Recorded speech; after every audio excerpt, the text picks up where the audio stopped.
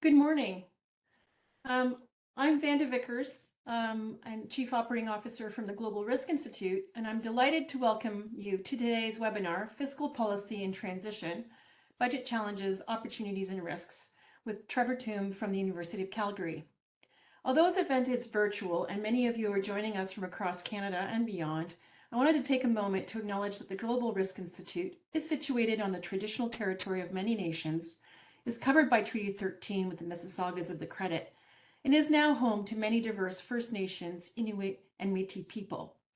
Through this land acknowledgement, we want to bring context to the history of our country and the importance of working towards reconciliation in all the ways we can. Before we begin, I'd like to review a few housekeeping details. Please note that this session is being recorded and will be shared on our website. Your microphones have been muted to avoid background noises. We've allocated ample time for questions during the Q&A period at the end of the event. Please submit your questions through the chat, which is located on the bottom right-hand corner of the screen, and we'll address many as time allows. And finally, when you exit this webinar, you'll see a prompt for our event survey. Please take a few moments to fill it out. Your feedback is very important to us and helps us continue to improve our programming. And now I'd like to introduce our moderator for today's session. Jason Stewart is an executive in residence at the Global Risk Institute. Jason, over to you. Thanks, Vanda. Good morning and welcome. Today's session is the third in GRI's 2024 macroeconomic webinar series. It aims to help our members better understand the multiple challenges for Canadian fiscal policy in 2024 and where the risks and opportunities lie. Fiscal policy's active role this decade contrasts starkly with the budget constraints during most of the 1990s to 2010s in Canada, as well as most other advanced economies. Massive government support in 2020 and again in 2021 was followed by continuing fiscal stimulus during the past 2 years, albeit with lower rates of increase. Looking ahead to this year's federal budget and to the budgets of the provinces is timely in early 2024, especially after nearly 2 years of monetary tightening and modest Canadian growth since mid-2023. We will begin today with remarks from Trevor Tombe. We will then move to the Q&A component with Trevor that I will moderate. I'm pleased now to introduce our speaker, Trevor Tombe. Trevor is professor and graduate program director at the University of Calgary's Department of Economics and a research fellow at the School of Public Policy. Trevor's research explores a broad set of topics, from international trade to public finances and fiscal federalism. He is an active contributor to Canadian policy development through regular op-eds, articles, and frequent media interviews. Trevor is a prolific author. His thoughtful and compelling contributions to improving Canada's public policy debate are wide-ranging. Last year alone, he authored or co-authored leading analyses covering crucial topics such as the key drivers behind inflation's path in Canada, central banking and public finances in Canada from 1935 to the early 2020s, and a quantitative analysis of a separate pension plan for Alberta.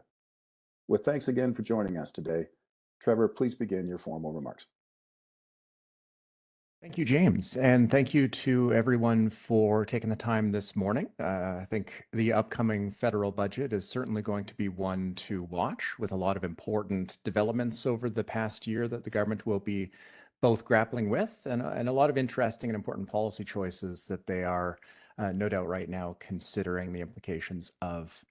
So the remarks that I will share with you today are necessarily going to focus on a small subset of all of the possible considerations and risks and opportunities and so on for the federal budget. So I'll take about 20 to 25 minutes at first to go through what I think of as some of the more important items to keep in mind prior to the federal budget, and I'll highlight some both short, medium, and longer term challenges that both the federal and provincial governments will be facing in the coming years.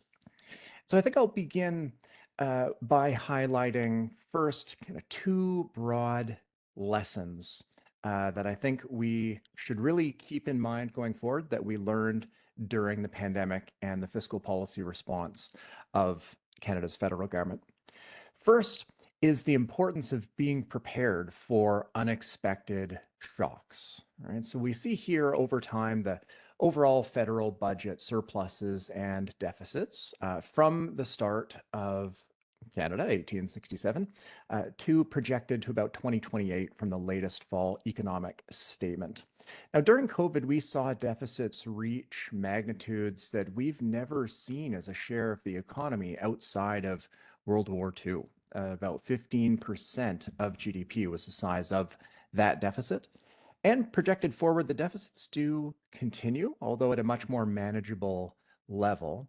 But we were able to engage in this kind of large-scale borrowing in response to the pandemic because we went into that, really negative situation with a strong balance sheet. We had debt levels relative to GDP that were much lower than what we saw in the mid-1990s, the last time that we really did serious fiscal consolidation federally. And it was being prepared with a strong balance sheet allowed us to much more easily absorb that negative shock. Now, as I'll talk about later on, we haven't been aiming to return overall levels of public debt as a share of GDP back to pre-COVID levels in any meaningful period of time. And I think that does expose us to a little bit more risk, if you will, than we would face if debt levels were returned to where about the 1/3 of GDP level that they were at prior to COVID. So being prepared is one important lesson. That's a big role for public debt to be a shock absorber, but it does mean that following the negative shock, we do need to, instead of continuing on with increased government borrowing, return to surplus and try and bring that debt level down to levels that we were at prior to the shock itself. And the second lesson that we should keep in mind going forward is the broader macroeconomic implications of federal financial and fiscal policy choices. Inflation rose to well over 8% in early summer of 2022. Now, that not just a high level of inflation, but notice the acceleration that we saw from about 3% in the summer of 2021 to over 8% in the summer of 2022. That was the fastest acceleration in inflation that Canada has seen since the early 1950s. Now, much of this was not because of fiscal policy choices. A lot of this, especially the acceleration in early 2022, was an energy market story, largely the result of Russia's invasion of Ukraine. But some of the acceleration, in particular in 2021, could be due to expansionary fiscal and monetary policy that we do need to remember that there are consequences to expansionary fiscal policy. And going forward, returning inflation to the target of 2% that we'd like to see, in part, ought to rely on more than just interest rate increases, but we also need to think about how the fiscal policy choices that our governments are making can help us return to and maintain a sustainable inflation target. So that's a macroeconomic lesson that we haven't really had to face for decades leading up to the past couple of years. So before turning to some of the challenges and opportunities to the federal budget, I think it is important to get a better sense of federal finances than I think many of us have in mind most of the time. And it's a large and complex entity, of course. And so I'm going to represent most of the major financial flows just with a couple simple illustrations. So first, on the revenue side for the federal government, overall, about $460 billion for the current fiscal year. And you can see that the overwhelming majority of that comes from taxes on income and consumption. And so that means that these revenues are going to rise and fall with broader economic developments naturally, because if there's a reduction in the rate of GDP growth, that's going to have implications for corporate profitability and personal taxation and the amount of spending that households engage in as well. And so I'll talk about how economic developments have affected the overall state of federal finances. And it's largely just a story of how taxes rise and fall with economic growth. Of course, spending is about $500 billion, and so that's a larger amount than total revenues that the federal government has, and we make up that difference with borrowing. Okay? And I'll talk about where public debt levels as a share of GDP may go going forward. But on the spending side, the federal government is actually a pretty simple entity when you boil it down to what it spends most of its funds on. So I've grouped it here in two major categories: direct spending, transfers to persons, transfers to government, and so on. And basically, let me just highlight that the overwhelming majority of federal spending is transfers, either to individuals, governments, okay, or other entities. And that means that when we think about going forward, measures to maybe shrink the size of the deficit more quickly than what's currently planned, there's no avoiding having conversations about changes to our current transfer arrangements. And I'm going to highlight a couple that I think of as particularly important, especially those that are targeted at elderly individuals. So I'll return to that in a bit. But basically, the federal government, it doesn't spend much on actual direct programs that it itself administers, right? It's largely transferring funds to others.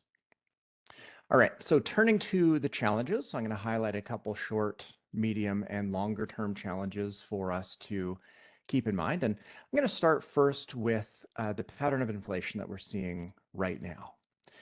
So currently, for the past couple of months, core measures of inflation are still elevated, higher than the Bank of Canada target. And therefore, that's why we saw the Bank of Canada only yesterday maintain its 5% policy rate, because we still have higher inflation than we would like. But if you dig into the individual items that are driving the inflation that we see, the majority of why inflation remains above target can be accounted for by shelter costs. And I don't just mean higher mortgage interest rates. We see that the pace of rental price increases is far above what we'd like to see. And of course, there's a lot of conversations around the relationship between housing costs, rental rates, vacancy rates in the rental market, and population growth and immigration flows that have reached highs in the past year that we haven't seen in many decades previously. That this is going to create pressure on governments across the country, as we're currently seeing, to potentially expand the scale and scope of programs aiming to increase the supply of housing. We're seeing moves federally, such as exempting rental construction, for certain types of rental construction, from the GST, for example. So there's going to be budgetary costs to what governments do to try and expand housing supply, because that's, right now the biggest item that is left for us to normalize in terms of getting inflation back to normal. The second pressure on the federal government is really directly the result of tightening monetary policy in response to elevated inflation. We've seen the policy rate of the Bank of Canada rise from about 0.25% to now 5%. And that acceleration here is the fastest increase in the Bank of Canada's policy rate that we've seen since the early 1980s. And so that's going to create pressure on, businesses, individuals, but also governments in terms of the cost of servicing debt. And that's exactly what we're seeing. In the month-by-month data from the federal government, we've seen interest payments on federal debt basically double from the level of about $2 billion a month prior to this tightening cycle to a little over $4 billion per month now. That's a much faster acceleration that we've seen in recorded history, although I don't have data prior to 1995 at a monthly level. This is also an increase that exceeds what the government was itself previously projecting. And so that creates some short-term pressures, financial pressures on the government, potentially limiting their ability to respond financially to other developments. A medium-term challenge, though, so this is a short-term challenge. A medium-term challenge, though, that is quite serious, with implications not just for government budgets, but for the economy generally, and our living standards and real wages and incomes and so on, is that we've not seen a full recovery from the contraction that we experienced during COVID. Okay, we've seen basically a potentially permanent scarring on Canada's economy, and I illustrate that here. Real GDP over time prior to 2019 was on a trajectory illustrated by the red dotted line. Whereas the actual quarterly real GDP that we're seeing in Canada is illustrated in blue here is about 5% below that. And so that means that the overall level of economic activity is below where it would have otherwise have been. Okay, it's higher than where we were in 2019. The economy has increased, but not to its prior trajectory. Right? And this is largely a productivity story. And Canadian productivity has fallen in 12 of the last 13 quarters and is quite a bit behind what we're seeing in terms of productivity growth in the United States.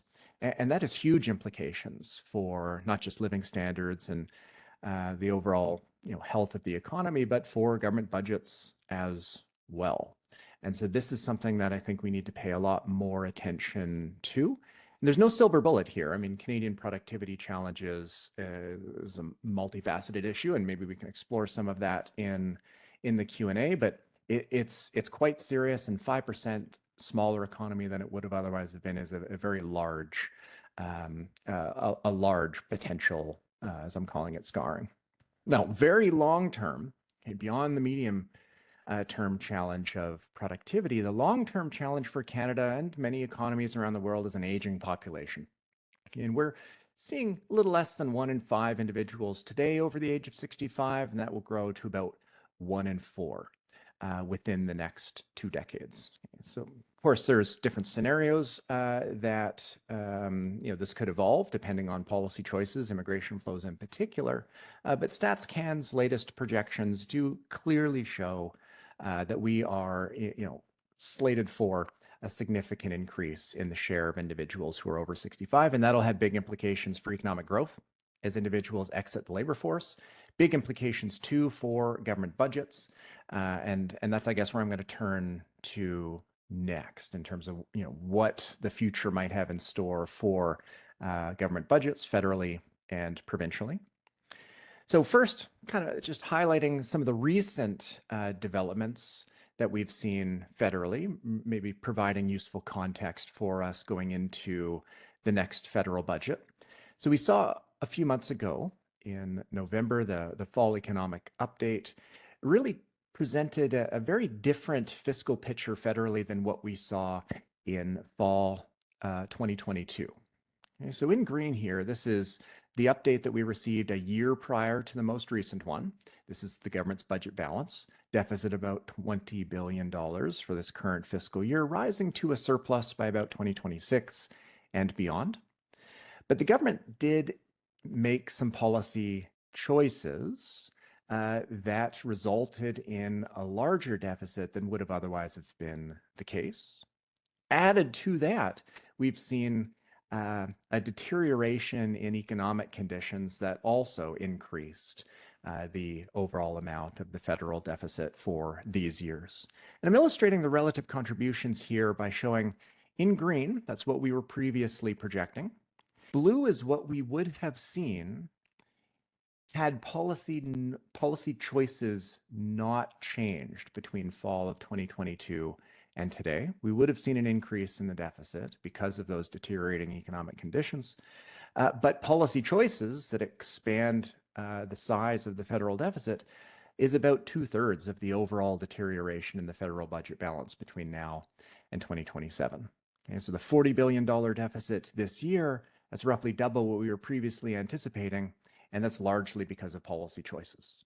In 2025, roughly similar size deficit, and about 2/3 of that, a little over half, is because of policy choices rather than deteriorating economic conditions.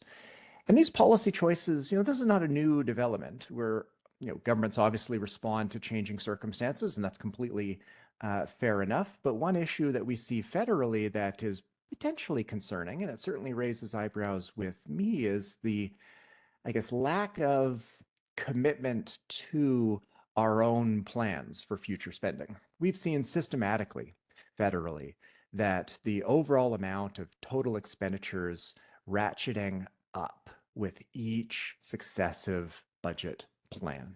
So we lay out multi-year plans for government revenue and spending in each budget.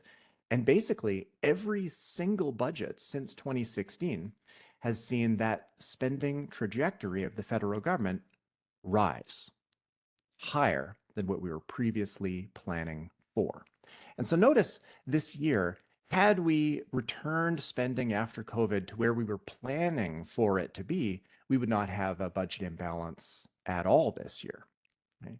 So I think part of what we should, I guess, as a country and as voters think more about is having multi-year plans that we actually stick to. That is going to be an important way in which we can better normalize the overall stance of federal fiscal policy.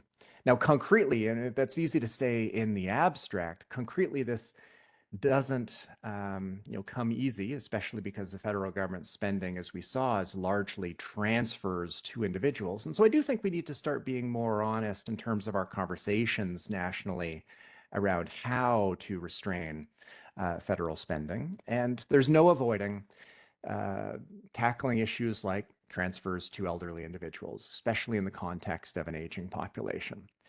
And government has in recent years made several policy choices that have dramatically increased the size of transfers to elderly individuals. And I'm just going to highlight three.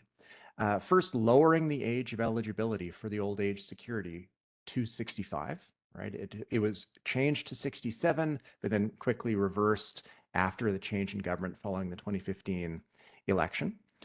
Added to that, boosting the size of old age security amounts to individuals over the age of 75, and some, I guess, more targeted changes to the guaranteed income supplement that combined is accounting for an increase, like over and above the initial baseline level of OAS and GIS spending to elderly individuals. That's about $13 billion by the end of the current forecast horizon of the government. And that's basically the whole ballgame for the longer term budget deficit of the government. And so I think we need to maybe reconsider some of these policy choices, in particular the eligibility age for some of these income support programs. Bringing that back to 67 is, I think, something that will go a long way to improving federal finances. And, I don't think it's something that, undermines equity objectives that we might have, since older individuals, especially today, are faring much, much better than younger individuals in Canada. And it is quite important because debt to GDP is sustainable if it is not increasing. And at least the budget that we saw last year did have a downward trend to debt to GDP, but as I illustrate here using a debt sustainability simulator that's available at financesofthenation.ca, where you can plug in your own assumptions and see what the implications are for federal debt. If we just have, nominal GDP growth, interest costs, spending growth, and revenue growth that aligns with recent experiences and many projections going forward, then we don't actually have a declining federal debt to GDP ratio, and that's not sustainable. So something will have to give. Either economic conditions will become more favorable, okay, and that would bend this curve, or we need to make some different policy choices, because debt to GDP just rising is something that can't go on forever. Now, I'll turn and just conclude here in the next minute or two by looking at provincial governments, where I think the fiscal challenges are much larger than what we see for the federal government. And in particular, that's because provincial governments are responsible for delivering healthcare, which is approximately 40% of their overall operations. Now, because of aging populations, if current spending per capita by age continues as it is now, then aging is just going to mechanically increase the amount that we spend on healthcare, because naturally older individuals utilize healthcare with greater frequency than younger individuals, and We therefore spend a lot more per person on older age cohorts than we do younger. And aging alone, forget any other factors that drive healthcare costs over the next 2 decades, are going to contribute about $1,500 per person to provincial health spending. That is considerable. Okay, so think about $1,500 multiplied by the entire Canadian population of now about 40 million. That's a $60 billion increase in provincial health spending just from aging, okay, adjusted for inflation over the next 20 years. And almost no provincial government is ready for this. And the current projections for provincial governments' debt to GDP, which I'm illustrating here in green, is for rising overall debt levels, which is not sustainable. And so something will need to give at that level as well. So a little distinct challenge than the federal budget, but I think something that we need to think a lot more about going forward. And then finally, I know maybe I'm coming across as pessimistic, so I want to maybe end on this slide as just a, I guess, positive note that, just Canada certainly has challenges, right? And I note that we have a higher level of debt federally as a share of GDP than we did prior to COVID. But just for some broader perspective, I think it's useful to think about us versus the United States. They're in a much, much worse situation. And I think in the short term, at least, a complete inability to make policy choices that may change the situation for them. So as challenging as things are, we still are in a good place relative to our own history and our southern neighbors. So I think that's useful perspective to keep in mind. So I think I'll end there and turn it back over to James. Thanks very much, Trevor. We'll now turn to the Q&A. A reminder, if anyone in the audience has a question, we invite you to type it into the chat box on the bottom right of the screen to all panelists. To open the Q&A, Trevor, given your analysis of the Canadian economic environment, what's your view of Canada's growth, inflation, and productivity trends for the upcoming budget this year? And are the federal forecasts in the fall economic statement of these trends realistic from your perspective, picking up on your slides? Yeah, great question. So a lot does depend on these projections. Where federal revenue and spending goes is itself a direct function in many ways on what we assume interest rates, real GDP, nominal GDP, inflation, all of that is going to matter for what we see projected forward from the federal government. And these are projections that are formed not just internally. So the government doesn't itself kind of contemplate what it envisions for nominal GDP and inflation and so on. It surveys a broad set of private sector forecasters and then takes the average of those to formulate its own economic projections. So I think it's about a dozen entities that it surveys. Largely financial institutions, but also the Conference Board and other forecasters. And that's what informs the economic projections used in the budget. And so in that sense, I think that's a really responsible way for a government to go about constructing its economic projections. It's something where it's not something that the Minister of Finance will decide. It's really outsourcing that work to a broad set of private sector forecasters. And so in that sense, I certainly have no grounds to question the quality of those projections, although we do need to keep in mind that the future is uncertain, and so there is risks to any projection. I think in terms of the big things like productivity growth, it's been so incredibly disappointing to see not just low productivity growth, but negative productivity growth over so many of our past recent quarters, something that we do not see south of the border. And so incorporating productivity considerations into all of our policy choices going forward is, I think, something that needs to take center stage in order to improve things there. Now, for its part, the Bank of Canada does project that later on this year, we'll start to see quarterly growth in productivity, reversing the contraction that we've been seeing. So hopefully that comes to pass. That will help not just government finances, but economic conditions generally. And then in terms of inflation and interest rates, I do see that coming down. inflationary pressures, while they still remain, especially in that shelter category that I mentioned, we're seeing other inflationary sources that were important previously have just completely eased. So energy prices are no longer contributing, food prices as well. The year-over-year comparison still shows above target increases in those prices, but over the past few months, the pace of the month-over-month changes in food have really returned to historically normal levels. And so if rent prices and shelter prices can come, the pace of that growth can come down to historically normal levels, and that's it. So that's the one piece left in terms of tackling inflation. So I do put a lot of weight in the bank's own projections that inflation will begin to get close to target even just later this year. Thank you. For the next question, among the challenges for Canadian macroeconomic policy is finding the right balance between fiscal and monetary policy.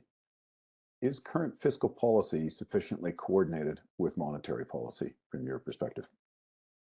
Yes, that's a really good question. I think researchers will be unpacking the effect of fiscal policy on inflationary pressures for many years to come. It's completely uncontroversial to generically note that expansionary fiscal policy, which we have had in Canada, contributes to aggregate demand and therefore price pressures. Quantitatively, the scale of that is something where there's uncertainty and there's going to be some future work. I think much of what we've seen federally in terms of boosting the size of transfers to individuals has meant that, all else being equal, the Bank of Canada therefore needs to be more contractionary than it otherwise would have been. I don't really think we ought to think about fiscal policy and monetary policy as being coordinated or not. I mean, there's pros and cons of any federal fiscal policy choice that we make, and we just need to be open about what those trade-offs are. Expansionary fiscal policy, whether it's provincial governments in aggregate or the federal government, is just going to come with higher interest rates than would have otherwise have been the case. And that may or may not be worth it, depending on what it is that we're using fiscal policy for. And I think that's just been not something that we've really had to put a lot of time thinking about prior to this recent experience. So I think Canada's got the right balance in terms of having an independent central bank that has a clear and singular mandate to target inflation at 2%, and it operates independently of the federal government itself, as it should. Thank you.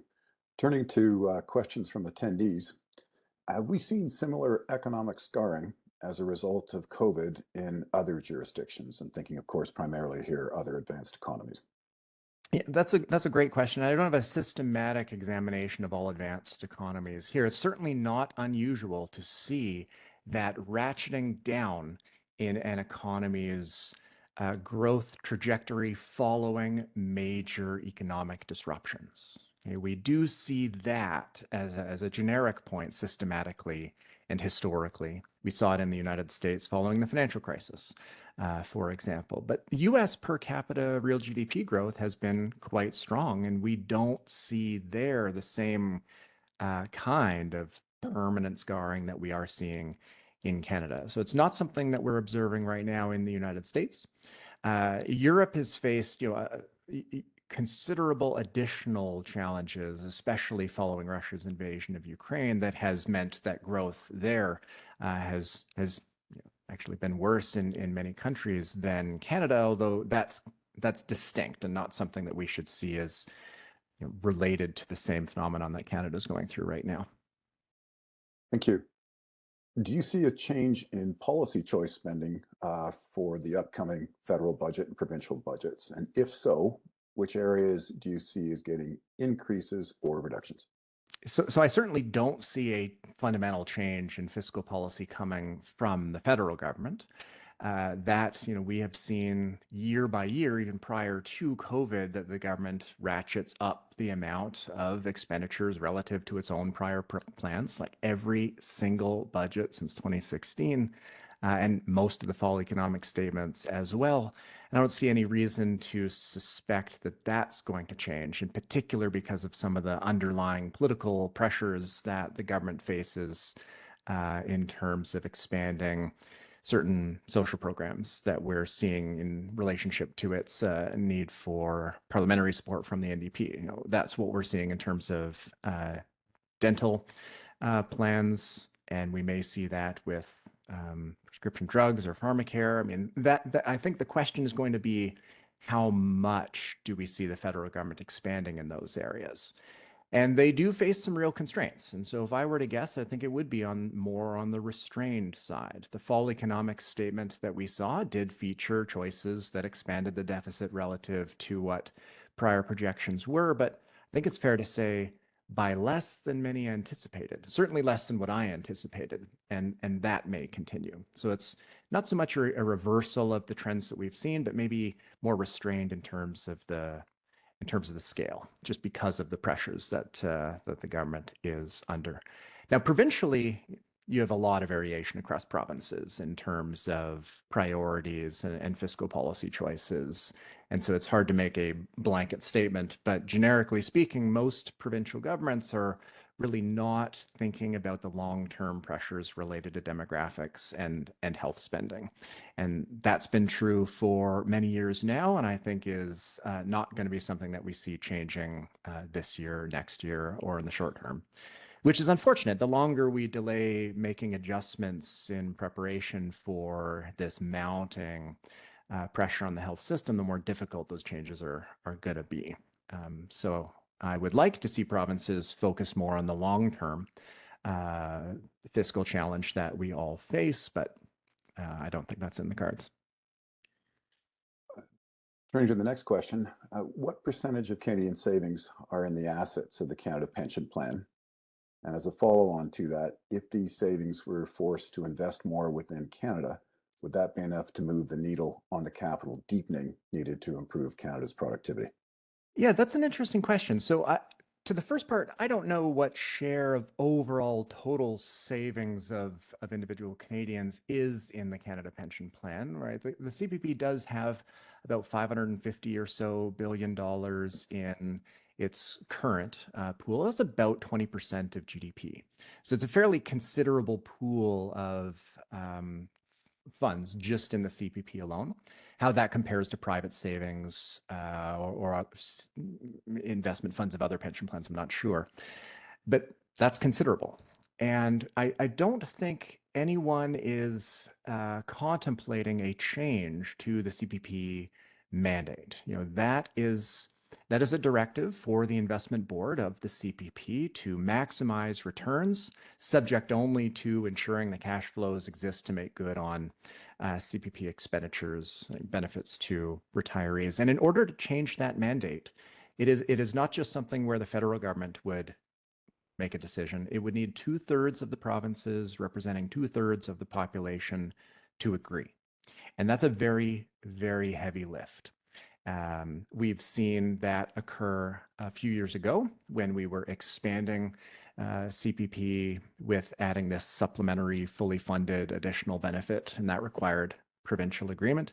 In order to change the investment board mandate, we need that similar broad-based agreement, and that's not something where anyone is even seriously considering starting that intergovernmental kind of conversation. So I know there's been some news stories around, you know, having pension funds investing more in Canada, and I think that's broadly a misinterpreted news story. It was really more around whether the federal government can ease barriers on pension funds investing in Canada.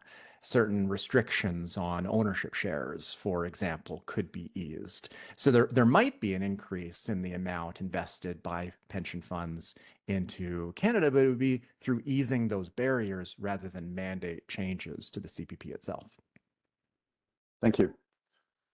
Next question, and I'm going to commingle a few here. To what extent do you think poor productivity trends in Canada are tied to high levels of immigration?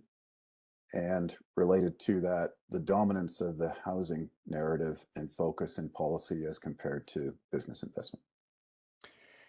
So it's important to keep in mind that Canada's, I guess, disappointing productivity growth is not new, right? It is certainly something where it's of a heightened level of concern now, but we've seen a deteriorating relative productivity performance in Canada compared to the United States systematically since 2000. And even prior to that, there was a material gap between Canada and US productivity levels. I mean, in the economics literature in Canada, especially the policy-oriented literature, there's been a focus on disappointing productivity performance in Canada for a very long time. People studying this in the 90s, even the 80s, looking back. So it's not new. And so I don't think we should consider it as a problem due to recent changes in the pace and scale of immigration. Now, that's not to say there's not implications of changes in international migration flows that can impact productivity. You can easily imagine mechanisms where that would be the case. In particular, what's the composition of the migration flows in terms of skilled individuals versus others? That's clearly going to have implications for aggregate productivity. But our productivity problem predates the dramatic increase in the overall pace of immigration and population growth in Canada. And any comments on the housing focus as compared to the business investment focus in policy? Oh, yeah, great question. So I think the two don't need to be seen as one or the other. Housing affordability is a challenge, right? We have, especially in markets like Vancouver and Toronto, where a much, much higher fraction of individual incomes are required to purchase just like the median home. If you look at the various affordability measures, you need, according to some statistics, on the order of about 80% of income just to afford the average home in those markets. So average individuals cannot afford average homes in those major cities. And that's a problem. That's a problem that governments are rightly now focused on in a way that they haven't been before. I think it is largely one around supply, keeping up with demand. I mean, I think it is that simple. And there's been restrictions in many markets on the ability to increase the overall stock of residential housing. Policies that are changing. And so hopefully we see improvements there. Business investment, that's a distinct, separate policy issue. And of course, a very important one where, in terms of policy, thinking about how we can boost investment levels, this would be something where I think it goes hand in hand with improvements in productivity. Right? What are the barriers to productivity growth in Canada? Well, there are several. I think interprovincial trade is something where I myself have done a lot of work in that area, and so it naturally comes to mind for me. But easing barriers to the ability to trade across provincial borders in terms of both goods and services expands the size and scale of markets, allowing businesses to have operations that are broader than they otherwise would be. That increases the incentive to invest and would come with not just increases in productivity, but also increases in the capital stock that we have available. That enhances growth. Thinking about tax changes, federally, we saw significant and meaningful changes in federal corporate taxes in response to the US tax changes back in 2017. Those are going to be expiring in a few years' time. And so thinking about improving incentives to invest within corporate tax systems, in particular by making permanent things like accelerated expensing, is something that should be on the table and that we should consider. Ensuring that we're not taxing investment is an important way in which we can increase the incentives to invest in the first place. And that doesn't mean dropping the corporate rate to zero. It means having, as part of the corporate tax system, the ability to expense sooner investments, right? 100% immediate expensing would be, I think, ideal. And we'd need coordination on the part of provincial governments too, since we have both federal and provincial corporate income tax systems. But maybe I'll stop there. I guess I could go on and on. No, very detailed and helpful responses on both. Next question, given our deficit and spending path and to date, the lack of a plan to pay off the rise in debt related to COVID spending, is it reasonable to assume that both the price level, inflation, and real interest rates have permanently adjusted higher relative to pre-COVID for Canada? Yeah, so I think that the price level ratcheting up, no question. That's unrelated to the stance of public debt as a share of GDP. So the Bank of Canada's mandate is to have inflation at 2%, and that is a mandate that governs the pace of growth. It is not mandated to have price levels at any particular point or along any particular path. So if the Bank of Canada is successful at having inflation around 2% going forward, then we will not see price levels return to the prior trajectory that they were on had we maintained a 2% inflation rate this whole time. Currently, price levels are about 5% higher than what they would be had we maintained a 2% inflation path this whole time. So we have ratcheted up in terms of price levels. And that's not going to be unwound unless the Bank of Canada fails in its mandate on the other side and we get inflation that is below target for a sustained period of time. And so I don't think that's likely. I do have a lot of confidence myself in the bank, despite the past few years. This was an unprecedented time. So if they're successful at maintaining their target around 2, then price levels are permanently higher. And that'll take time for individuals to adjust to, right? Earnings will need to grow to, regain the lost purchasing power that individuals have seen over the past few years. But high wage growth is something that is sustainable only if it's coming with high productivity growth. And so whether living standards are ratcheting down in a permanent way, again, that comes down to productivity growth. But price levels absolutely have ratcheted up. Thank you. And I apologize, there's a lot of good questions here. I may not get to all of them. Could you comment on Canada's GDP per capita as compared to the US and such other advanced economies you want to focus on? Yeah, that's an important point. The per capita GDP, real GDP per person, that's one simple way of thinking about how large the economy is on an individual basis, and that is tied closely to productivity. It's tied to productivity in an aggregate sense. You can have changes in per capita growth that is related to things like demographics, like as a smaller share of the population is engaged in labor market activity. As individuals retire, we're seeing participation rates fall. Anyway, compared to the United States, real per capita GDP there, growing, strongly growing. Whereas in Canada, it's falling. And we're back down now, I believe, to about 2017 levels on that metric. And so the gap between real GDP per capita between Canada and the United States, that gap is widening.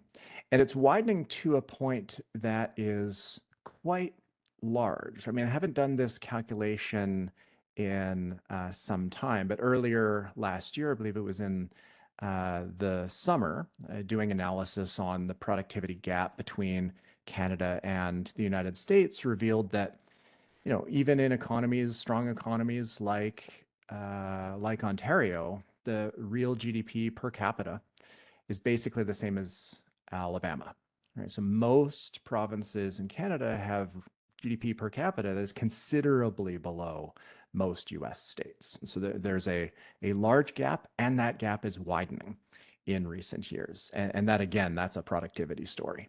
And in terms of what it would mean for living standards if we were to have similar levels of real GDP growth as what we're seeing in the United States, that's on the order of several $1,000s per person in foregone income just because of our slower per capita growth that we've seen just in the past couple of years, let alone the gap that predates COVID. I mean, that gap is widening, and it's large.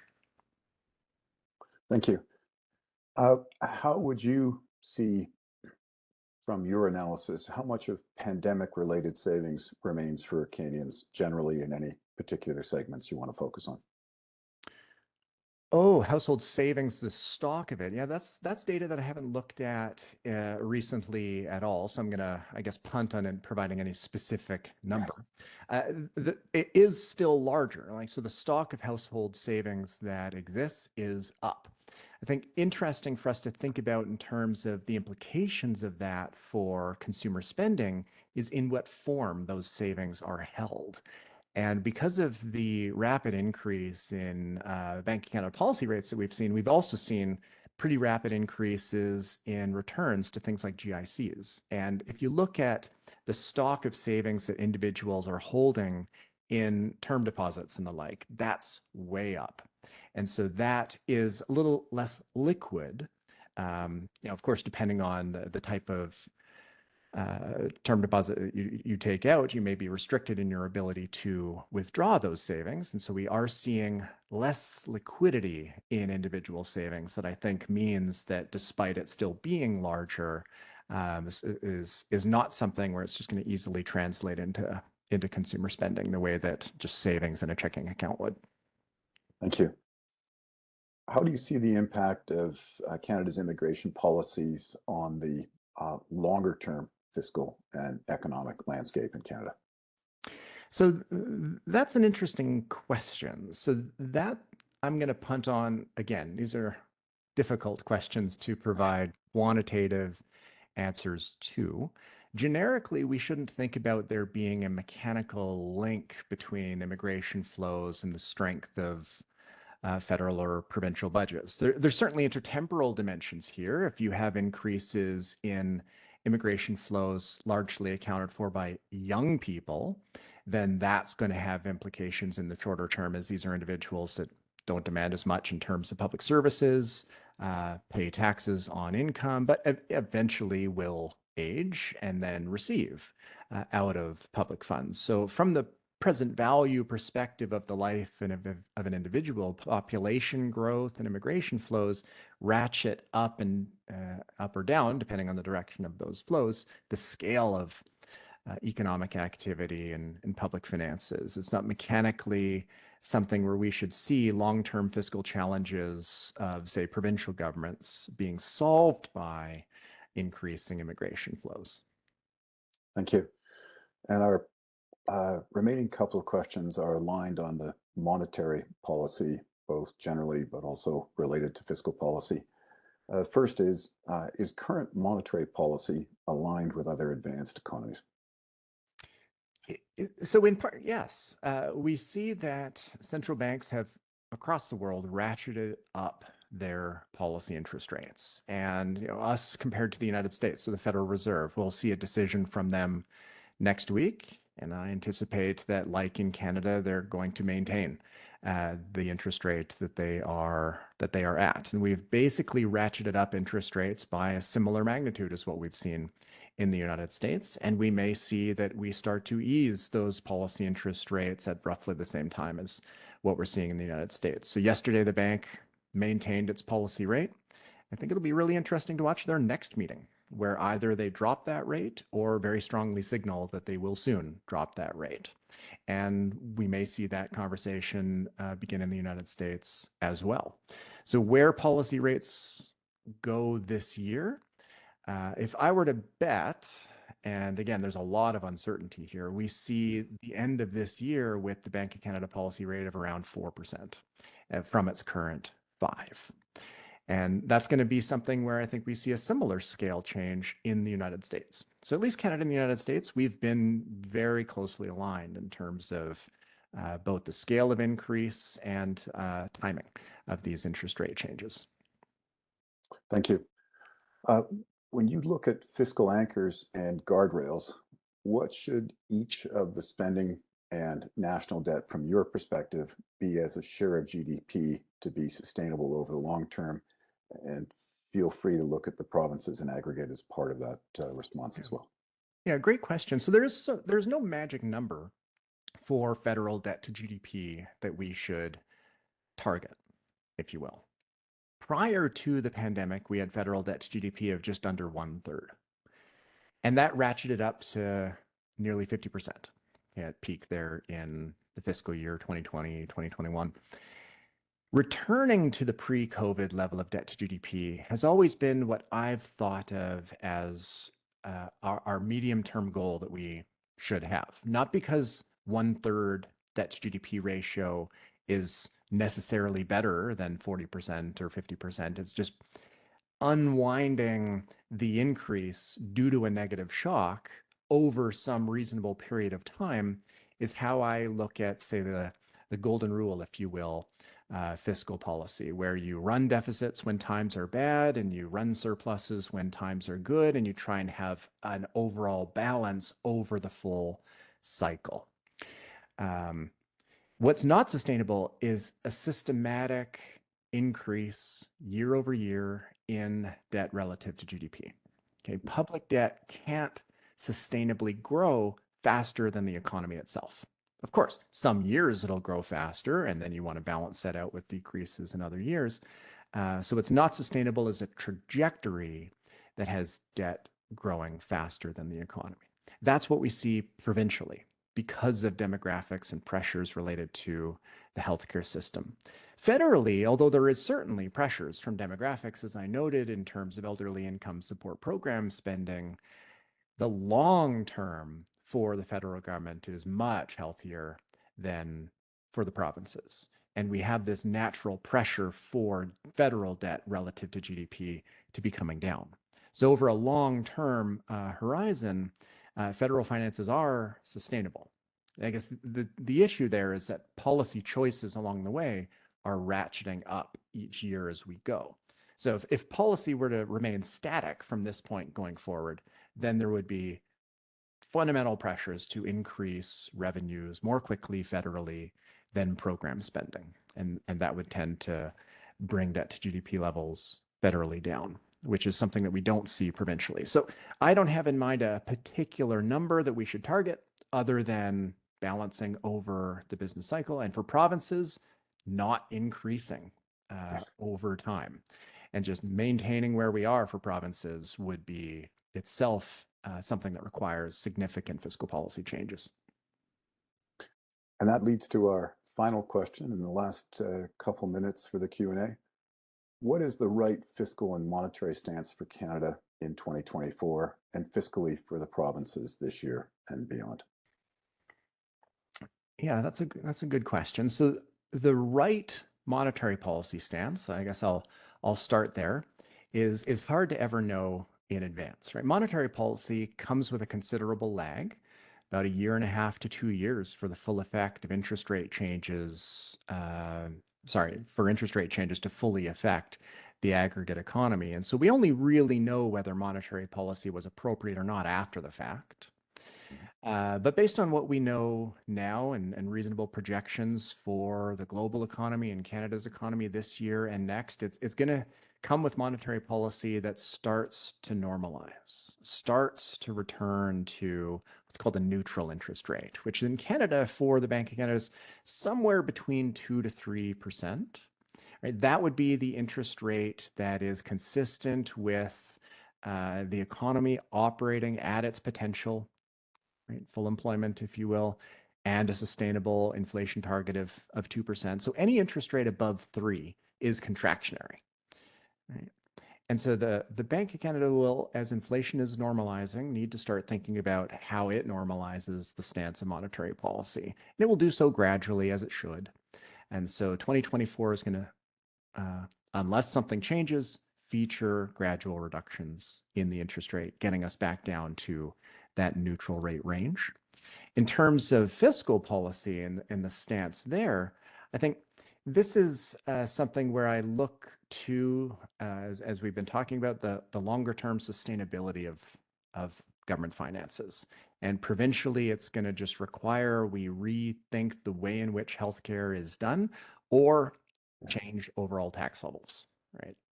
Either we change the amount we're spending on health and the way that that's delivered, or we need to pay for it and recognize that right now borrowing to fund ever increasing pressures in the healthcare system isn't sustainable. So I think that's something where it's not about the macroeconomic implications of fiscal policy choices, it's just about recognizing the fundamental reality that provincial fiscal policy is currently not sustainable.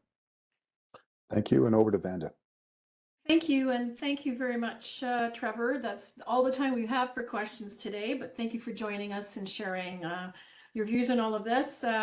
Just a reminder, we've recorded this session and we've recorded the previous two sessions that were part of the macroeconomic series, and they're available on our website. Invite all of you to join us on February 7th with the final session in a series with former Deputy Bank of Canada Deputy Governor William White, who will talk about, again, rethinking monetary policy for 2024 and beyond. So we encourage all of you who are disconnecting from the webinar to please fill in the survey. And we thank you all for joining us and have a great day.